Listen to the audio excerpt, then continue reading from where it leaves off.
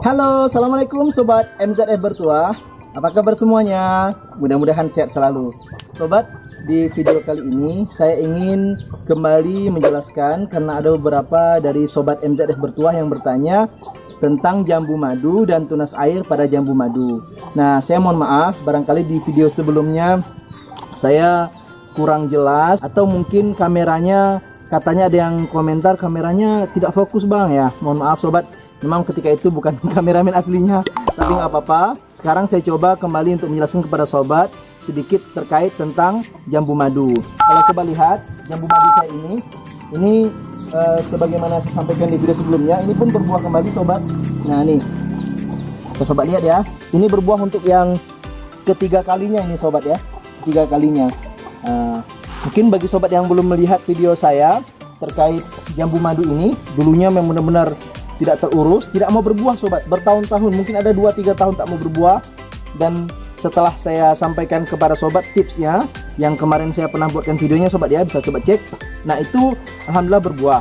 Nah sekarang apa sih yang dimaksud dengan tunas air, atau bagaimana sih caranya untuk agar jambu madu kita ini mau berbuah? Nah ini saya akan kembali sedikit mengupas sobat, mudah-mudahan bermanfaat. Stay tune di MZF Bertuah. Oke sobat, menjawab pertanyaan sobat yang pertama terkait tunas air. Apa sih yang dimaksud dengan tunas air itu? Nah, ada yang bertanya. Nah, berdasarkan pemahaman saya, yang namanya tunas air itu seperti ini sobat. Ini semua namanya tunas air ini. Ini tunas air. Nah, ini tunas air ini sobat. Jadi tunas air ini, kalau sobat lihat dari dekat ini, coba lihat. Nah, ini sobat. Dia ini lembut-lembut gini, istilahnya tunas-tunas baru sobat. Nah, ini. Nah, memang lembut dia. Bisa sobat lihat nih, yang ini. Nah, tuh, lembut sobat kan? Nah, pertanyaannya, apakah tunas-tunas air ini memang harus dipotong seluruhnya atau tidak? Memang harus dibasmi semuanya atau tidak? Tidak sobat, barangkali di video sebelumnya saya tidak detail menjelaskan. Nah, tunas air ini ada yang produktif, ada yang tidak produktif. Nah, yang seperti ini, yang di batang-batang seperti ini sobat, coba lihat ini tidak produktif sobat. Ini tidak produktif ya. Nah, inilah yang harus kita buang. Kita lihat nih sobat nih. Ini mudah aja buangnya nih. Nah, kita buang nih sobat. Nah, ingat rumus yang saya sampaikan kepada sobat sebelumnya, bahwa jambu madu ini berdasarkan pengalaman saya sobat, ini untuk bagian bawah ini, kalau sempat kebiar tadi ini yang ini dibiarkan aja itu sampai besar, ini akan gondrong ini sobat.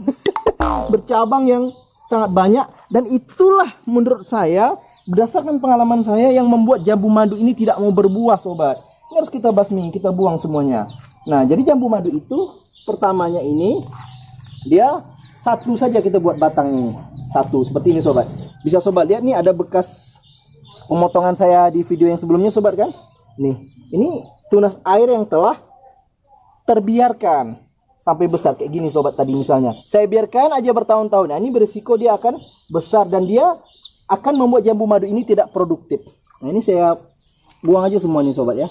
Saya buang ini. Kenapa dibuang? Kok yang di sekitar sini ya? Karena tidak produktif sobat. Ini nanti sebentar lagi saya akan jelaskan lagi. Saya buang dulu ini.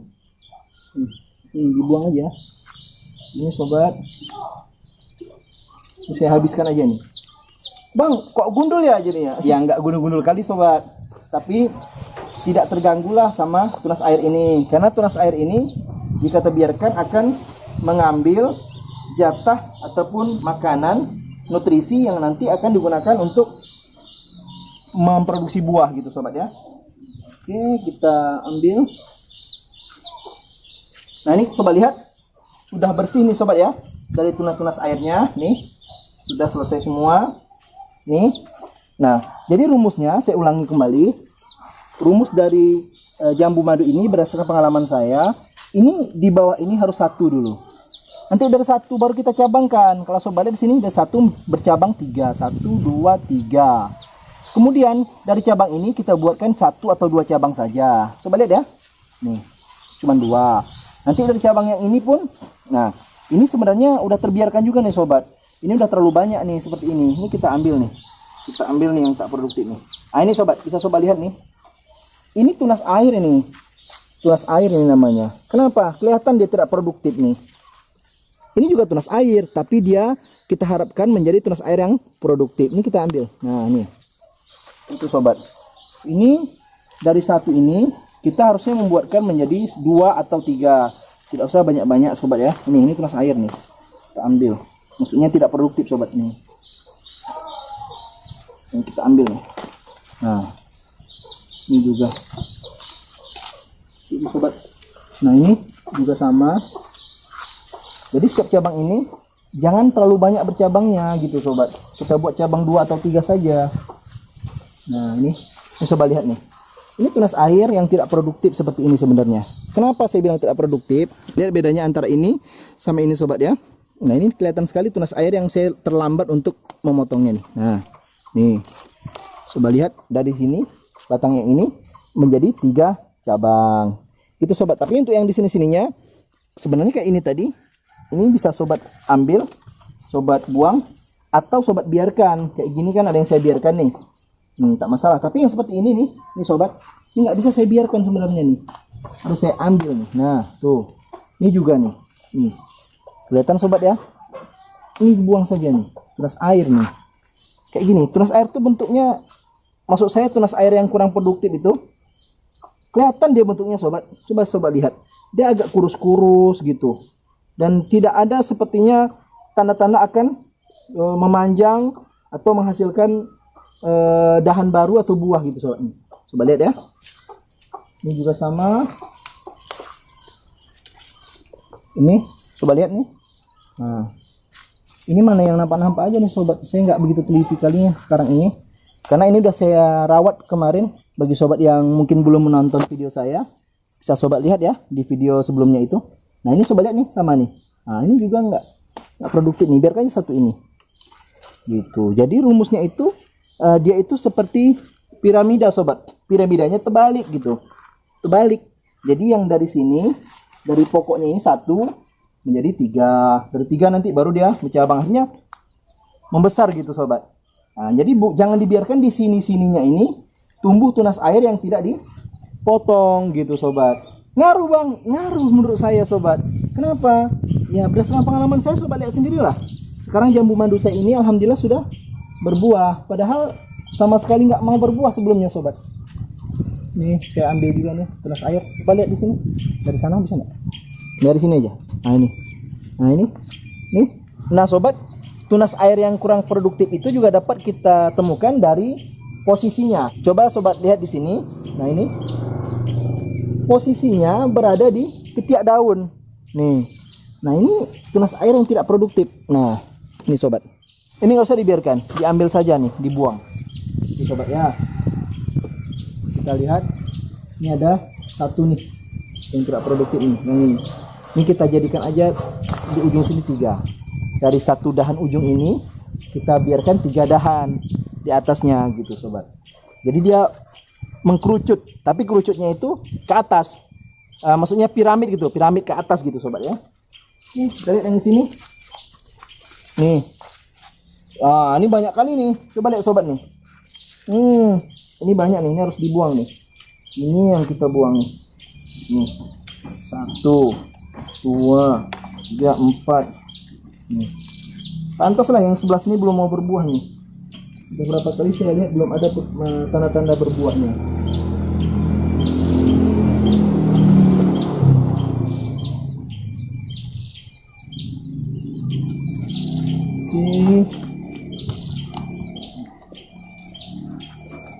Oke sobat, kita biarkan saja seperti ini. Di ujungnya 1 ini dibuang. Ini biarkan. Karena kita harapkan yang ini nanti dia jadi produktif sobat ya. Oke. Ya, ini udah sepertinya sudah agak lumayan sobat. Nanti saya akan coba cek ulang.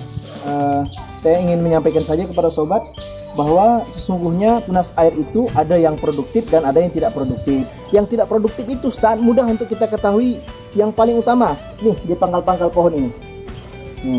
Kalau ada di sini udahlah, itu tidak produktif tuh, kita buang sajalah. Karena prinsipnya di bawah ini harus 1 gitu. Nanti baru kita buat cabang seperti ini. Jadi sobat, saya ulangi ya. Batang paling bawah ini kita buat 1, Kemudian misalnya di sini saya buat jadi cabang 3, 1, 2, 3. Masing-masing cabang ini kita buat lagi 2 sampai 3. Nanti yang ini pun kita buat cabang agak nih 2 atau 3 sama yang ini. Sebenarnya ini bisa dibuang gitu sobat ya.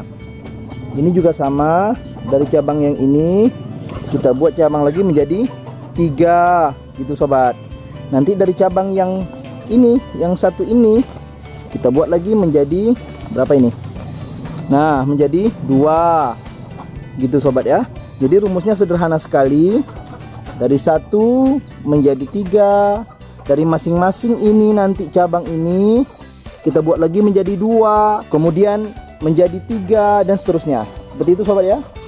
Mungkin sobat dapat memahami yang saya maksud nih. Sobat lihat nih. Nah, sobat ya. Dari cabang ini kita cabangkan lagi cukup 2 gitu. Nah, ini bisa dipotong ini sebenarnya yang nih, ini tunas air nih bisa nih. Nah, jadi kita sisakan di sini menjadi 1 menjadi 2 di sini. Itu sobat ya.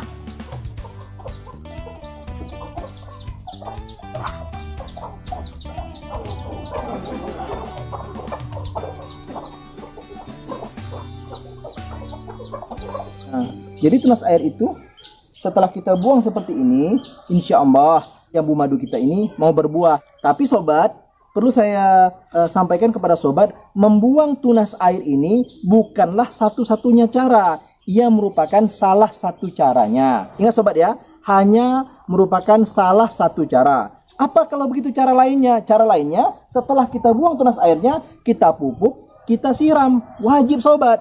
Pupuknya pakai apa? Bebas. Kalau pengalaman saya pernah menggunakan NPK 1616 itu sobat. Saya pernah menggunakan pupuk kandang, saya pernah menggunakan POC. Tapi bagi sobat yang mempunyai POC, pupuk organik cair, sobat bagus menggunakannya. Memang berhasil sobat, dengan POC itu sepertinya lebih produktif. Bagi sobat yang tidak tahu cara membuatnya, bisa sobat cek di video saya yang lain sobat ya, cara membuat POC, pupuk organik cair. Dan satu lagi sobat, termasuk yang berpengaruh juga, ini berdasarkan pengalaman saya, adalah posisi atau letak dari jambu madu kita ini. Jadi jambu madu ini kalau dia tidak kena sinar matahari langsung, juga berpengaruh kepada produktivitasnya, alias dia kurang mau berbuah sobat. Tapi kalau tidak ada penghalangnya alias langsung, ini sepertinya lebih produktif sobat. Ini berdasarkan pengalaman saya seperti itu sobat ya. Dan untuk jambu madu sendiri, saya menyarankan kepada sobat untuk diletakkan di pot ya. Nah, seperti itu sobat. Jangan ditanam di tanah, karena berdasarkan pengalaman beberapa sobat kita, itu ternyata berpengaruh kepada rasanya sobat. Kalau dia nanti ke tanah, rasanya kurang manis katanya. Bahkan ada yang bilang nggak manis lagi, menjadi jambu air biasa dia sobat. Tapi kalau di pot seperti ini, rasanya maknyus gitu sobat ya. Oke sobat, saya rasa itu yang dapat saya sampaikan di video kali ini. Mudah-mudahan bermanfaat. Mohon maaf kalau ada kekurangan. Terima kasih banyak. Assalamualaikum warahmatullahi wabarakatuh.